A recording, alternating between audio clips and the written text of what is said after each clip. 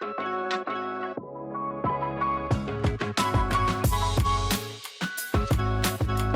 everyone and welcome to the AutoGuide Show, a special edition of the AutoGuide Show, not only because it's airing on a Wednesday, but because, hey, Kyle and I are in the same room for once. It only took almost a year. Yeah. And that's because we are, as you can see with this fancy backdrop, on location at the SEMA Show down here in Las Vegas. And there is just a little bit to cover here. Just a little bit. Couple cars. Yep.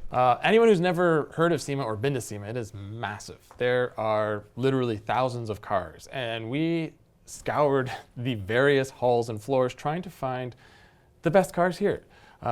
We probably didn't. We found the 10 best cars that we like. Yeah. And purely subjective, and Totally. everyone will probably have a different top 10 list, but this is our list. So we're gonna go through them in no particular order, and some will even have a special guest maybe. It's true. Yeah. All right, so maybe we should kick it off with our first car. Picture this, you're halfway through a DIY car fix, tools scattered everywhere, and boom, you realize you're missing a part. It's okay because you know whatever it is, it's on eBay. They've got everything, brakes, headlights, cold air intakes, whatever you need.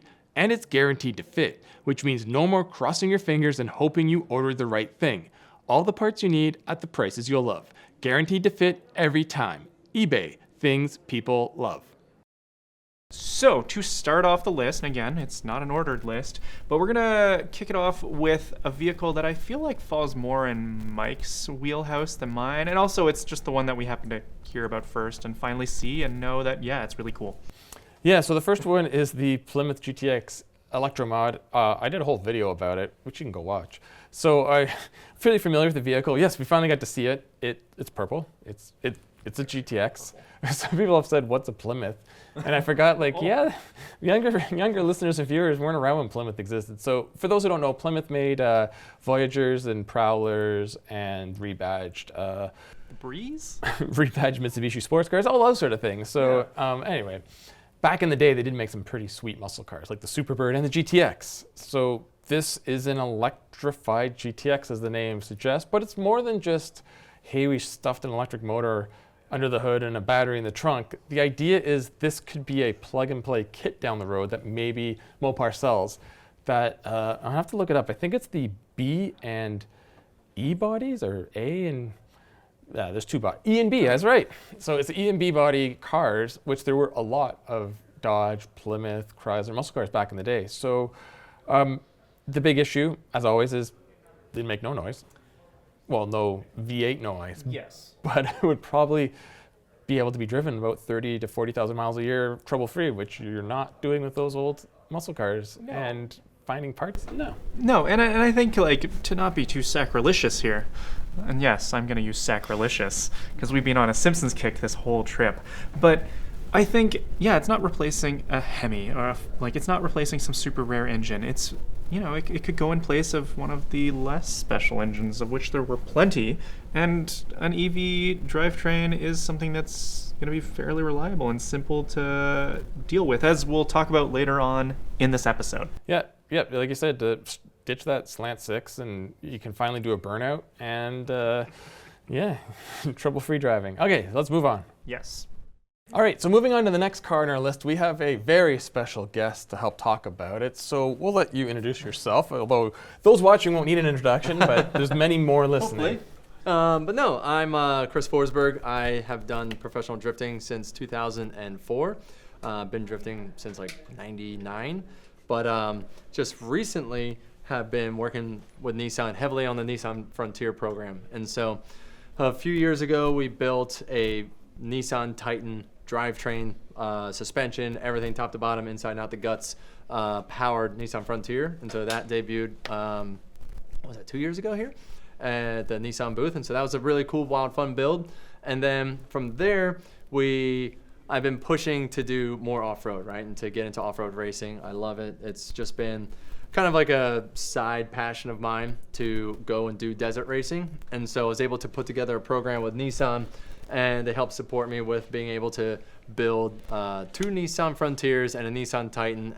The one Frontier is the actual race truck, then we have the support Frontier, and as well as the Chase Nissan Titan. And so We take those vehicles down to Mexico, and we ran it in the Nora 500 last year. We took first in class, and then we went down again this year, about 3 weeks ago actually, and finished first in class again. And so it's just been really cool to see Nissan back in the desert. They haven't been out there in like almost 30 years.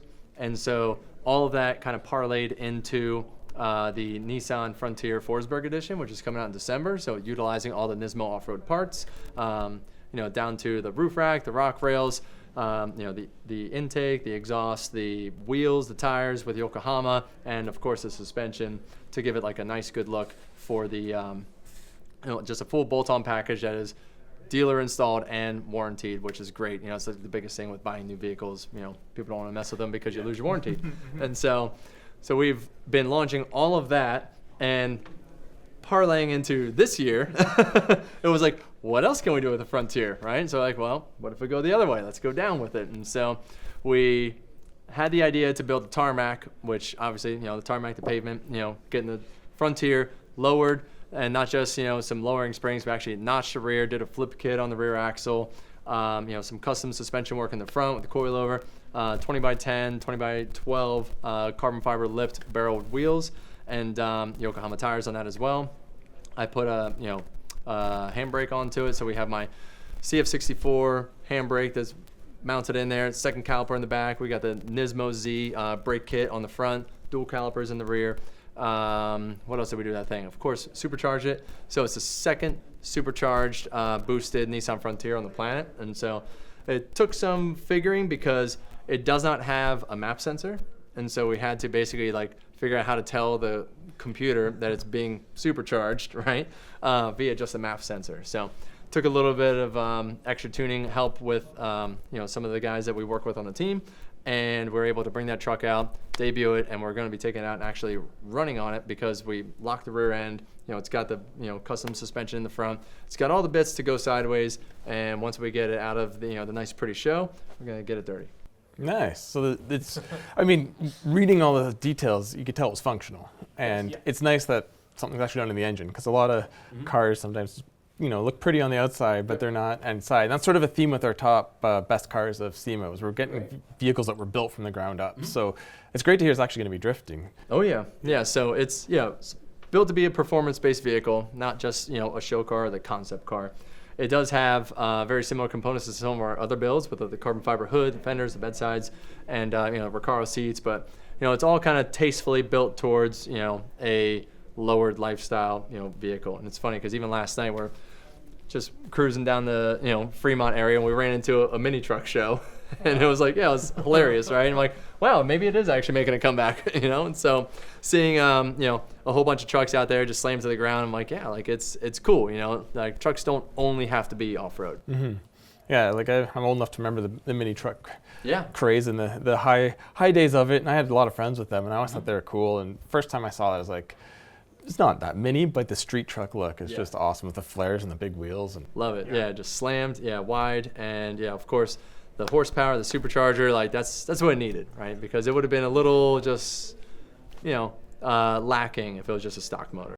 I really appreciate the supercharged instead of turbocharged approach too, because that's classic Nissan, 20 years ago, 25 at this point. It's cool. Yeah. It's very, very cool to see that blower sitting on top of the motor, right?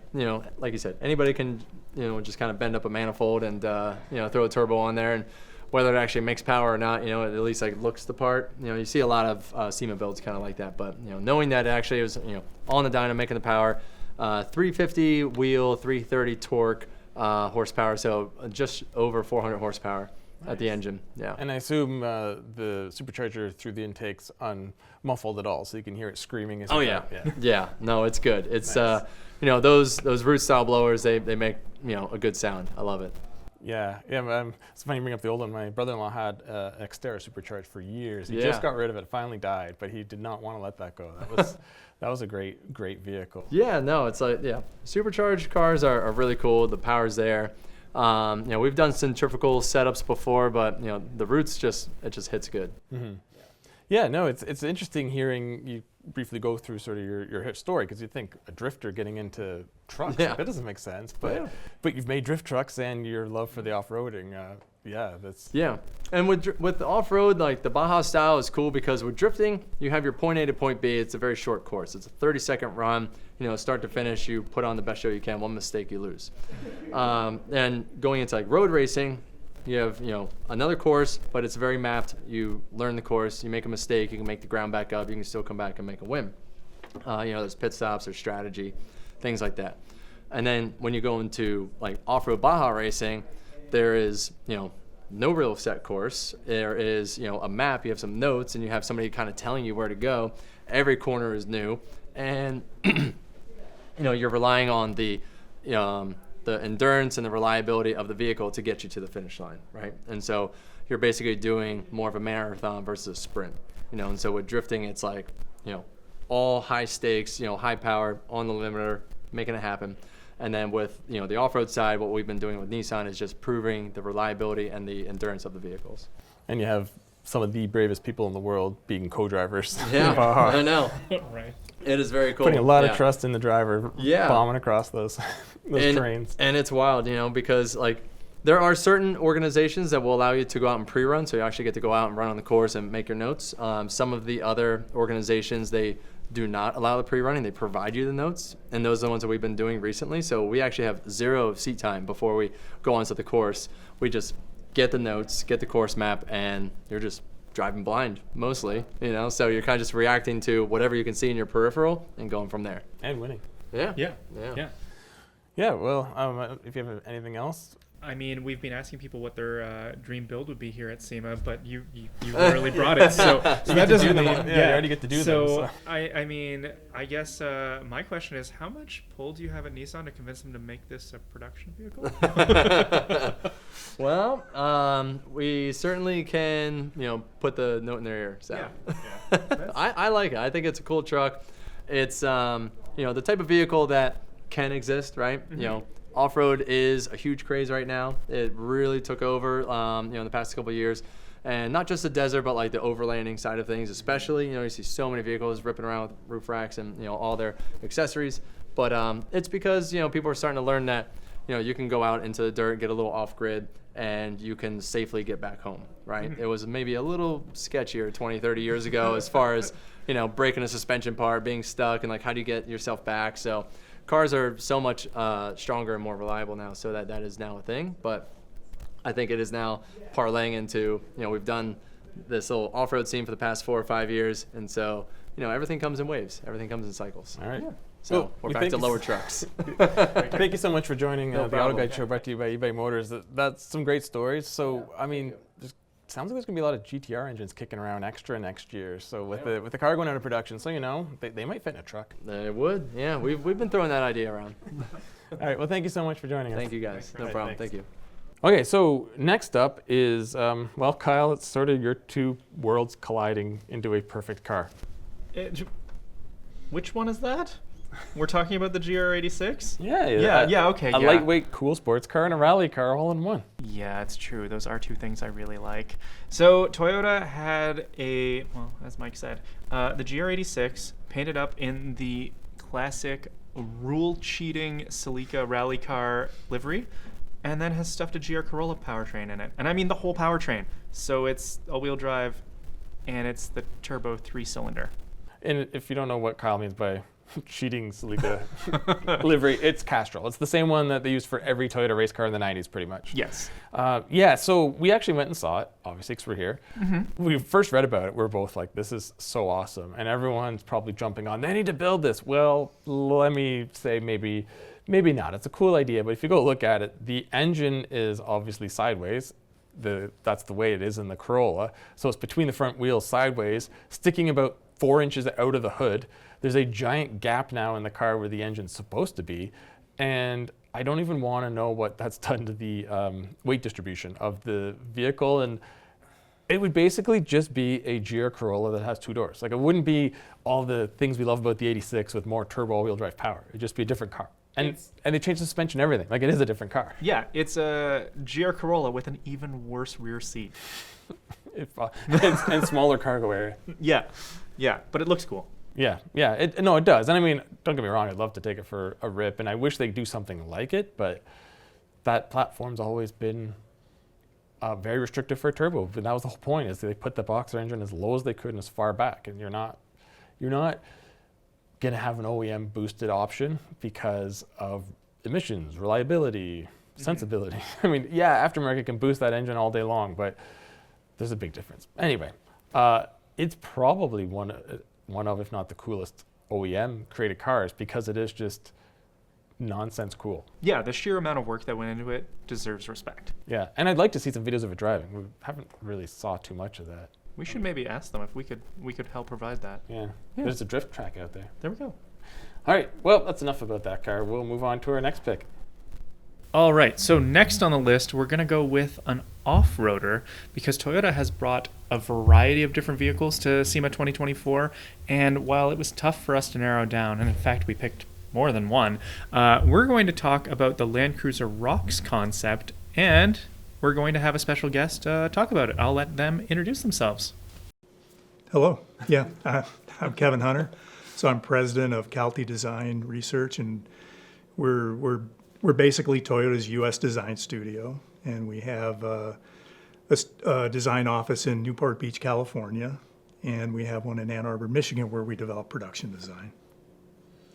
All right, yeah, so like Kyle said, there were so many vehicles. I think Toyota's the biggest presence of custom vehicles, and we saw a couple and we're like, oh, I think we'll put this on, and then we saw the Rocks and we had to put that on because it just looks so cool. Especially like I like the way from the rear doors you have the sills that kind of go down that give it that sort of old school 80s 90s look, and the light bar on top. And so my first question is, what was the inspiration for the vehicle?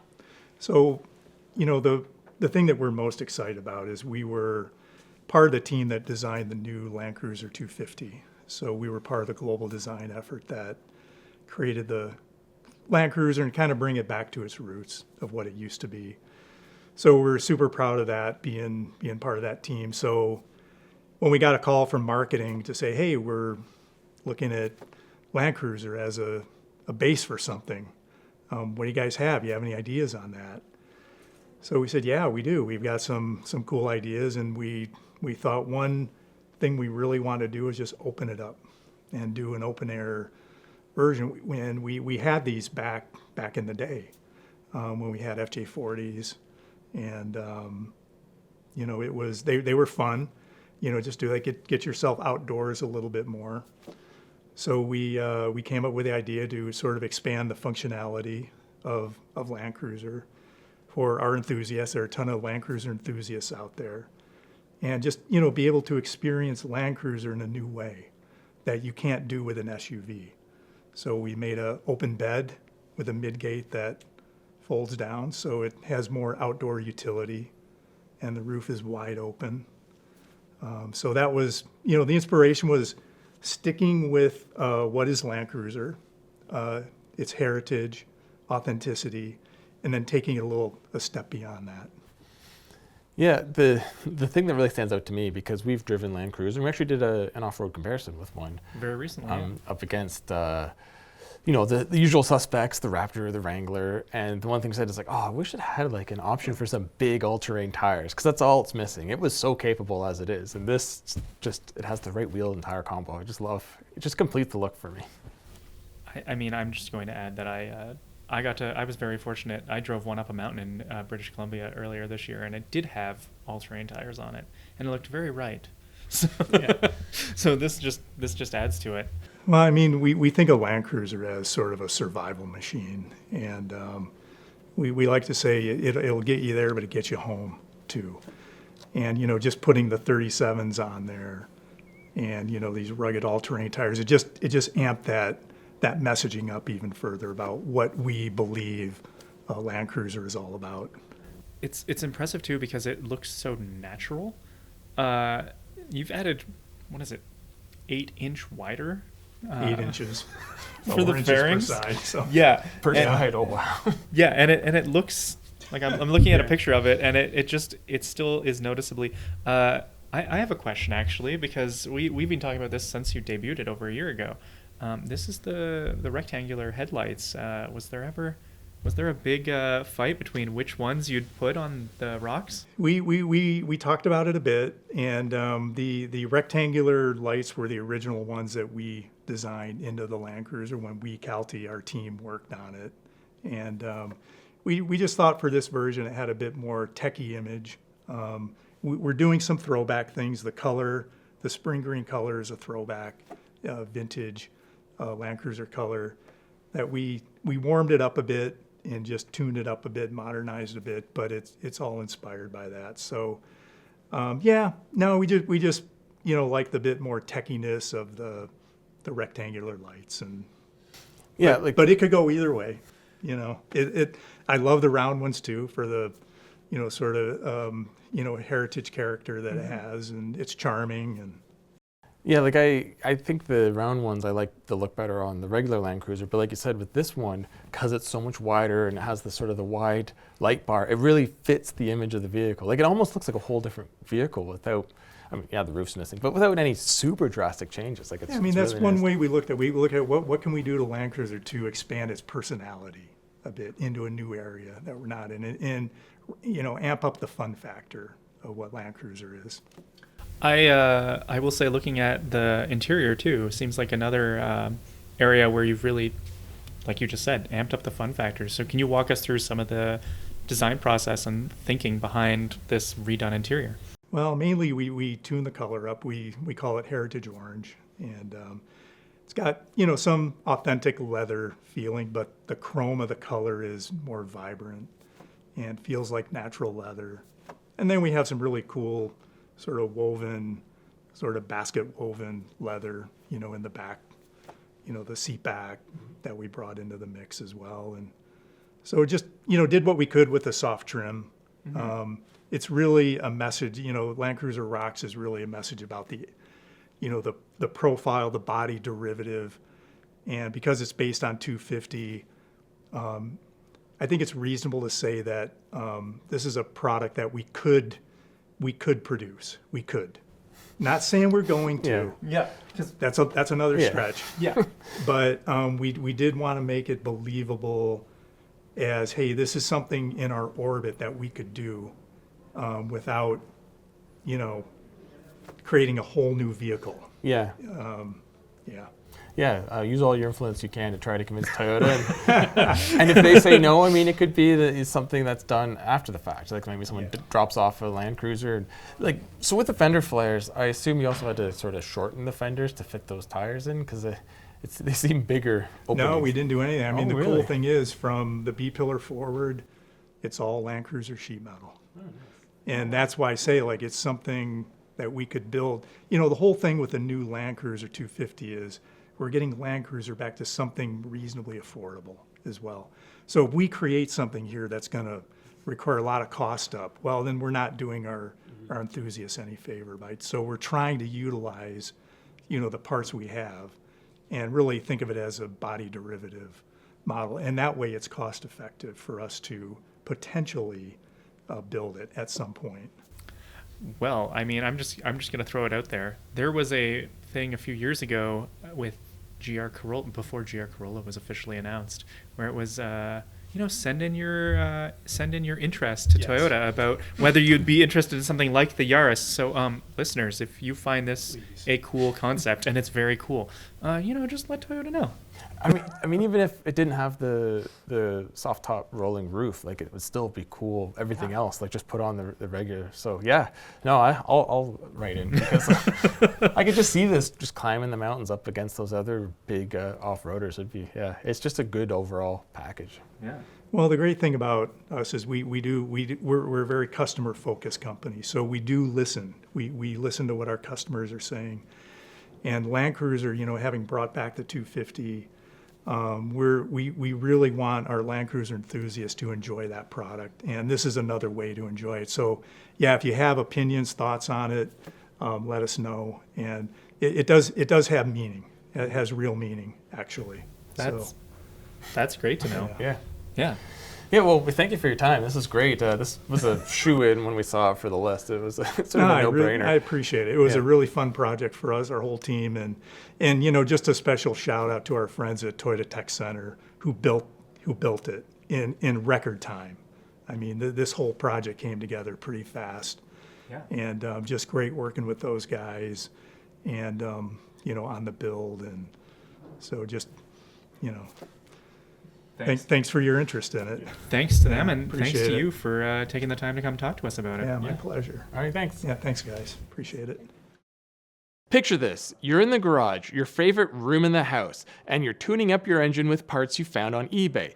Every piece is just locking perfectly into place. You step back to admire your work, hands covered in grease, and because you're committed to driving that thing further than the odometer can even handle, you start thinking to yourself, you know what? I could probably use some brakes, some new shocks and struts. This baby deserves a new air filter. So you head right back to eBay. You can find any part you need there. It's unreal. From wipers and headlights to cold air intakes, exhaust systems, and even that turbo you had on your mind. eBay is the stocked garage of your dreams. And you've got eBay Guaranteed Fit. Because eBay knows DIY fixes can be major, and mods are always intense. So if you need to know those parts are guaranteed to fit every time before you dive in wrench first, and in the off chance you order a part and it doesn't fit, send it back. Simple as that. You know what you love more than your car itself is driving it. You're serious when it comes to engine maintenance and locked in when you're headed into a build. And that's exactly why you start with eBay. Minor fix or complete overhaul. You want your ride back on the road, and you've got eBay Guaranteed Fit. So eBay created My Garage, where all you have to do is add your ride's info to get the exact parts that fit. When you see that green check, you're a click away from that part clicking perfectly into place. So now that you know all that, imagine standing at the open garage door, looking at the car you love more than anything, knowing that anything is possible. Whether it's keeping it on the road forever or turning it into something that's never been on the road before. Because with eBay, your garage just got a whole lot bigger.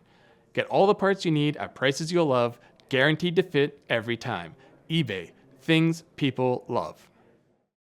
I'm going to talk about the next one because I saw it when I got here. It was already getting dark, but this car stood out because it is a Lambo-powered Miata. And I say Lambo for people who are just listening with serious air quotes. Yeah, so I went and saw it with you today, and it has the engine sticking out of the hood. It's the theme in this episode. Because a V8 doesn't fit. Well, it does fit in a Miata. I mean, they do the monster Miatas and whatnot, but even those do have modified hoods because it doesn't fit underneath the normal hood. But this one's really sticking out. And like you said, it has 2 valve covers that said Lambo. And while you and I were debating how many intakes each side had, and I said 4, and you said maybe there's a 5th one hiding back there for the V10, neither of us really looked at the engine and realized this is a pushrod engine. And yes, we talked to the owner, and it is indeed a Chevy V8 with Lambo-made valve covers, I guess is what you'd say. Yeah, and turbos outside of the Oh yeah, I forgot about the turbos. where the lights go. Yeah. Which is also a theme of SEMA 2024, Yeah, apparently. that's the thing is you get turbos and you put them in the place of the headlight, pop-up headlights, but you put a light still in them. So the headlight's within the turbo, which I know sounds crazy because the turbo needs that inner, but they make it work. But anyway. Yeah. So it's a twin turbo V8 Miata, which is still crazy. I assume the turbos work. I mean, maybe he's fooling us on that too, but it sure looks crazy and it looks cool. Yeah, it's definitely one of the wildest builds, and for anyone who's coming to the show, it's right on the main area, right in front of the drift section, so it's pretty easy to get to. And a little tidbit that we haven't found yet, maybe we should try to find him again, is he said he does have a Lambo-powered car here, but that's a Camaro. So we need to find that too. This is the coolest version of musical chairs ever. I mean, I can make a good guess where that engine came for the Miata, but we don't know for sure.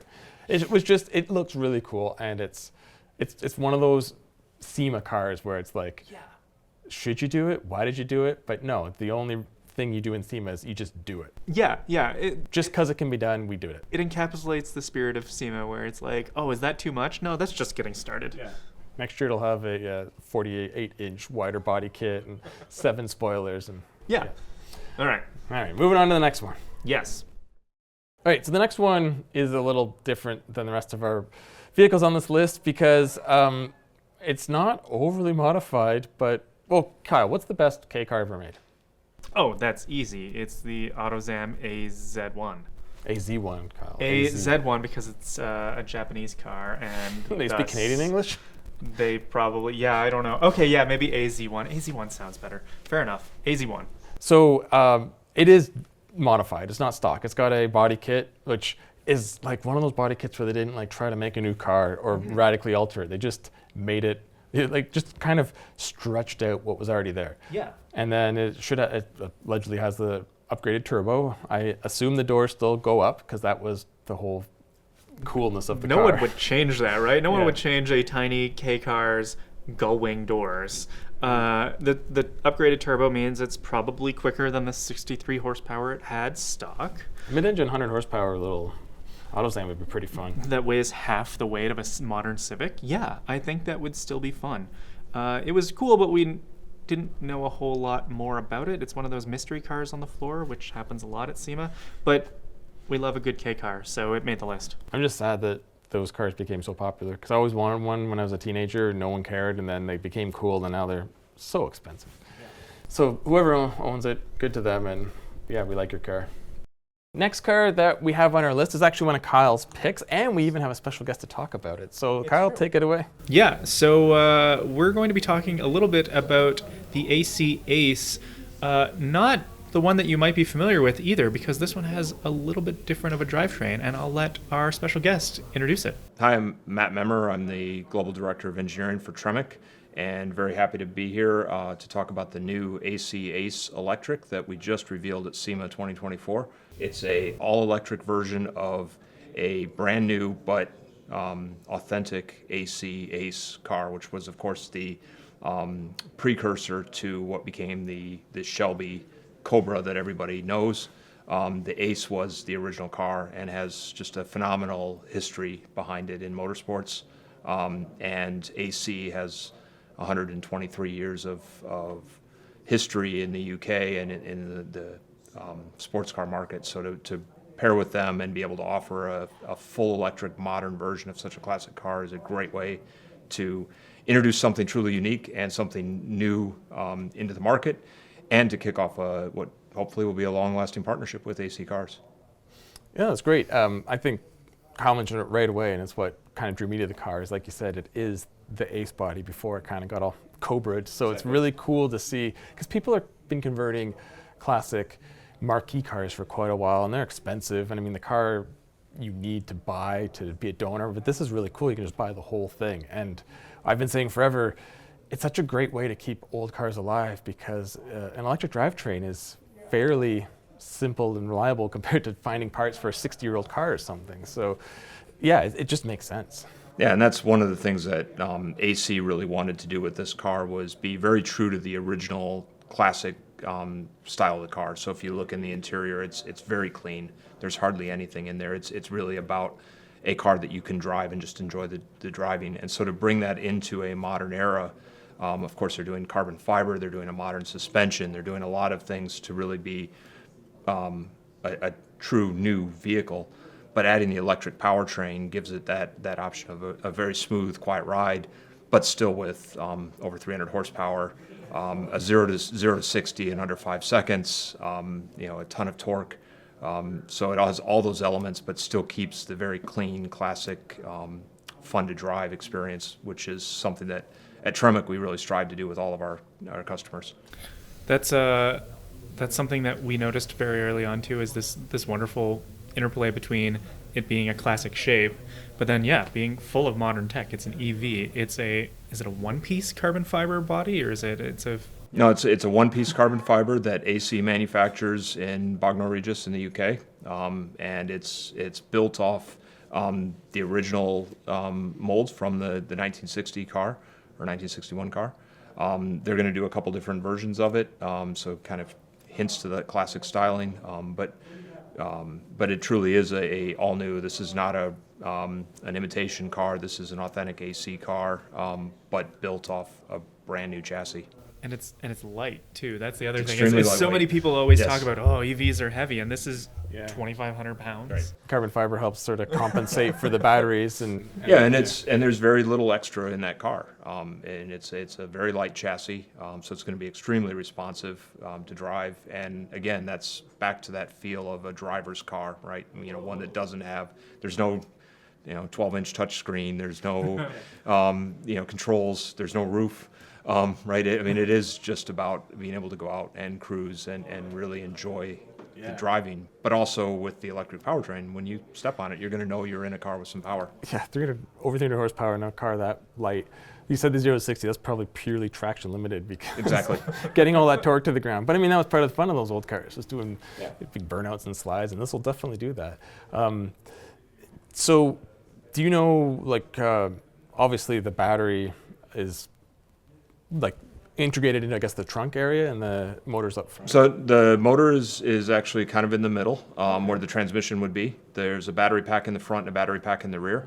That gives us 72 kilowatt hours of battery, so again, about 200 miles of range with DC fast charging, so you can charge it from 20 to 80% in under an hour.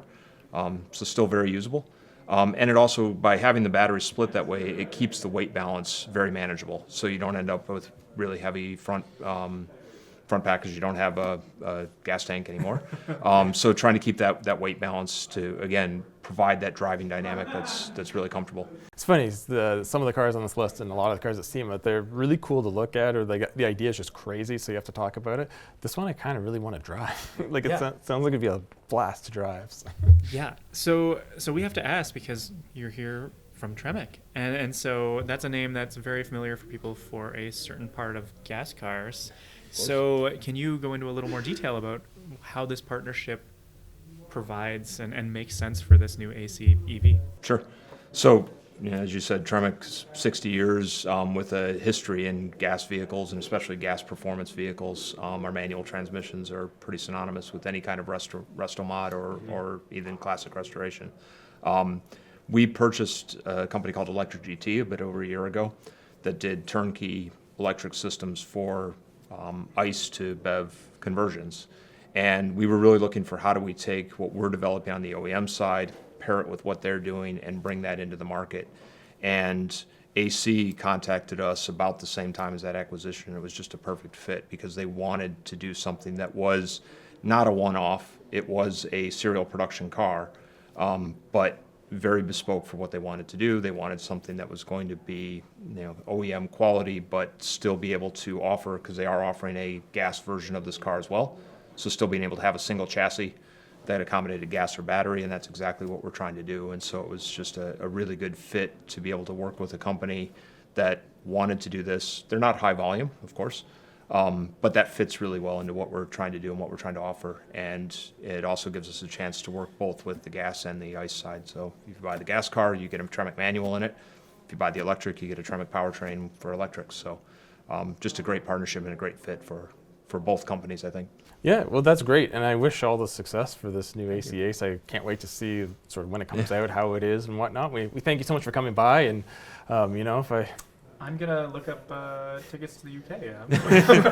It'll be available in the U.S. So second half of next year, and they're taking orders now. So put your order in, and great cruise along the beach car, and a lot of fun probably on a track as well. Oh yeah. All right. Well, thank you very much. Thank you very much. Yeah, all right. Enjoyed it. The next one on the list, we actually saw that it was first covered, and we had to wait to see it uncovered because we knew it was a big deal. Well, not big, but well, little deal. A little big deal. Another little car on the list. But Mike, what can you tell me about this particular Fiat 500? So, well, I just gave it away. No, I gave a part of it away. So before we saw it, and we were like, what is this? Because you saw like 17 LED lights lit up underneath the cover, and this little shape, and then you could tell the back, just a massive wing. And we figured it was something small and crazy. And as we looked at it, we realized after about a minute that that's a 500 shape, at least the front half.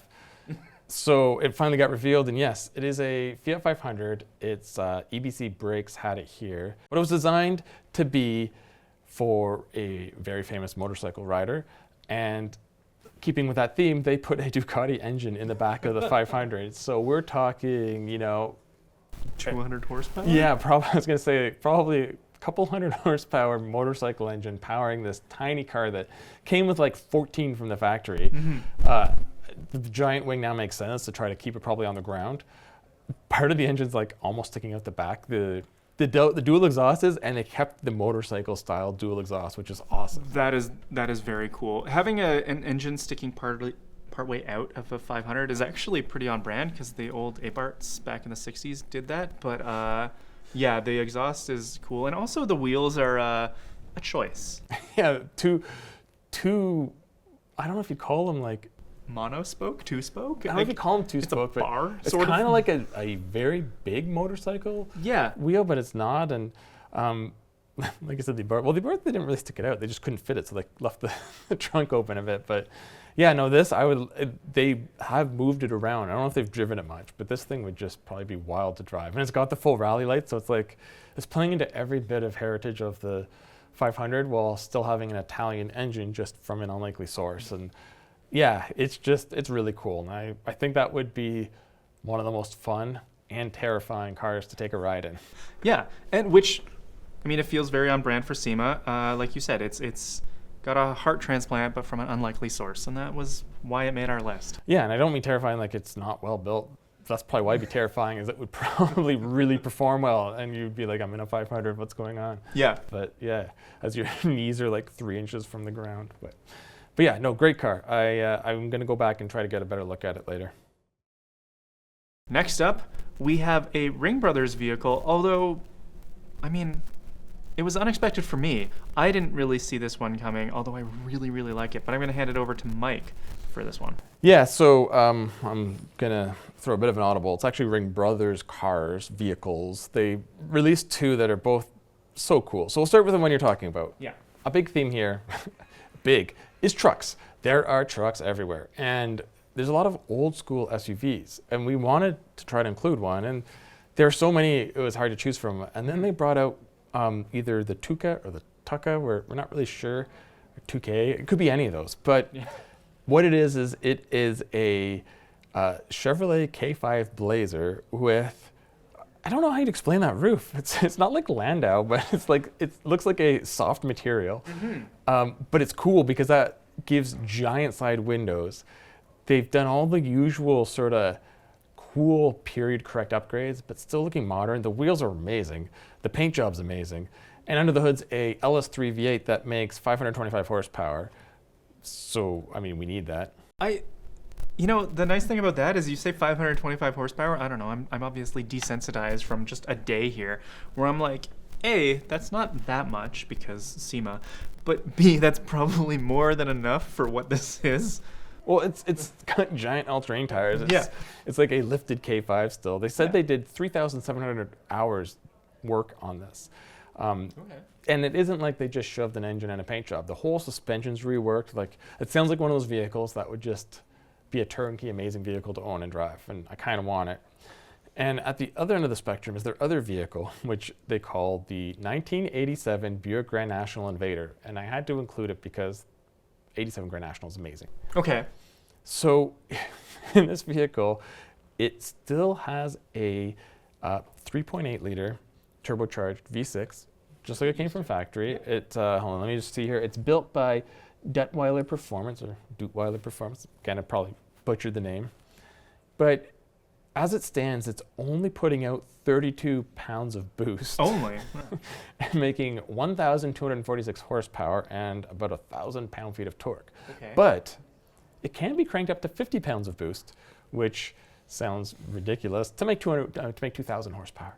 Well, because that's what you need. Because you need at least 2,000 these days. And potentially, it's already been cool. Like, it looks cool. They've done the all black. It's a Gen X, yeah. It has a 6-speed manual. They've taken out the automatic and they've put a TREMEC. Heard that name before. Huh. 6-speed manual with carbon fiber drag race shaft. So it's got a full carbon fiber drive shaft, which makes sense because it could have up to 2,000 horsepower feeding through it. Yeah.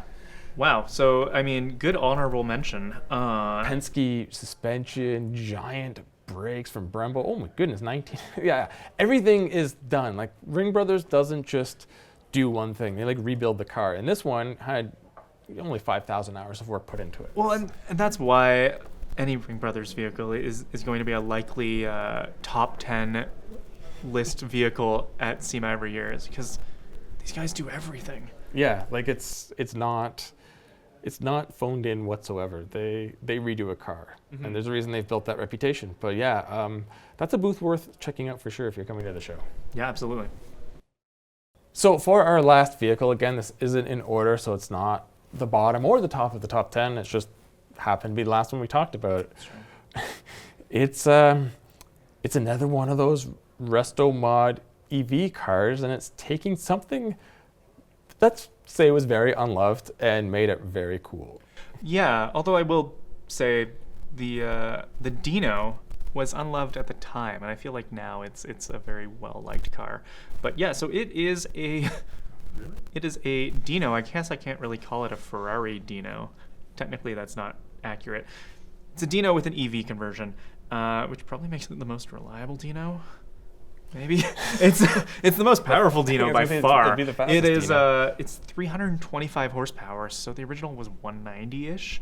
So it's a complete chassis restoration. It's slightly modified in that resto mod way, where it has the new lights with the circular LED signature, new wheels, much bigger, 45 kilowatt hour battery pack, which is not decent. That's bad. like what the Leaf and the Fiat 500 have, and it's Yeah. a small car. Yeah, it's a small car. It's going to be fairly light, like the AC. I really... And then there's some other modern, just quality of life upgrades, like power windows and HVAC. Like they've the body they've smoothed out to look a little more modern too. Yeah. Like it's not drastically changed in size or dimensions, but they just kind of smooth it out. I like how you're saying the modern conveniences inside. They did a really cool job with the instrument cluster. It's all digital, but it fits sort of in the pod area. It's not the same shape, but where it should be. But it looks like retro modern, which is really cool. And they made it like this is a modern car, but it's an old car. Yeah, and I don't know how much work was done in the interior with custom parts versus off the shelf, but I mean, it looks custom in the way that an old Spiker, or maybe even, well, not at the same level, but a Pagani is, where it's a very well done theme in the interior. I really like that the car's blue too. It's nice that it's not a red one or anything like that. And it's just, I know it's going to upset some people because it's a classic car and there's not many of them and it's being converted to an EV. But I think this is great. Yeah, it would be interesting to go for a ride or drive because I wonder where all the batteries located and the weight distribution. Because although the original Dino, like you said, didn't have much power, it was still had a reputation for, swapping ends through corners quite often. So Yeah. this could just be a lot of fun. But it is a very cool looking car, and it's another one where an EV conversion in the right car can be done right. Absolutely. So I guess that brings us to the end of our top 10 list of this special edition of the AutoGuide Show, brought to you by eBay Motors. And I mean, there's so many cars out there. We didn't even get into those two Camaros that make thousands of horsepower and have front valences and splitters that are bigger than some cars. It's ridiculous, some of those time attack cars out there. And there's the whole world of giant trucks, which you and I understand nothing about. So we just kind of avoided that area because we are not subject matter experts in it whatsoever. No, we saw the Gasser CRX. We saw a Tesla Model 3 Coupe. That wasn't a Tesla. We saw the world's biggest car jack. It's been a wild time. We could have doubled the length of this episode, but I mean, it's a bonus episode, so. A fire truck with no roof, like an old classic one. Yep. Yeah, that Tesla, I mean, that was pretty cool. There's just SEMA's just an endless. You walk around and you're like, oh, look at that. And then there's the tastelessly done cars that we talked about with John that just don't get the attention, but are just so nice. There's that Mines Skyline R34. There's just, You mean tastefully? You said tastelessly. Oh, whoops. We mean tastefully. There's a lot of tastefully done cars here. Tastelessly done ones too, but we're not going to talk about those. No. No. And those are the ones like that NSX, that Skyline, like just let me take it home. The Ace, like those are all cars that, Yeah, and while this isn't open to the public, the really great thing about SEMA is it gives you a window into what to expect in terms of car culture in the next few years. It's like looking into the future. Yeah, and it's definitely not dying like a lot of people like to report. It's actually growing here at SEMA, and like we said, there's new sub-genres developing with these EV conversions, and I think once those become more affordable and easier plug and play, it'll take over the industry. Yeah, so there's a lot of cool stuff to check out. So Mike, I think we should probably call it here and go back to the floor. Sounds good. Maybe we can find some more free cookies. Cookies. Picture this, you're halfway through a DIY car fix, tools scattered everywhere, and boom, you realize you're missing a part. It's okay because you know whatever it is, it's on eBay. They've got everything: brakes, headlights, cold air intakes, whatever you need. And it's guaranteed to fit, which means no more crossing your fingers and hoping you ordered the right thing. All the parts you need at the prices you'll love. Guaranteed to fit every time. eBay, things people love.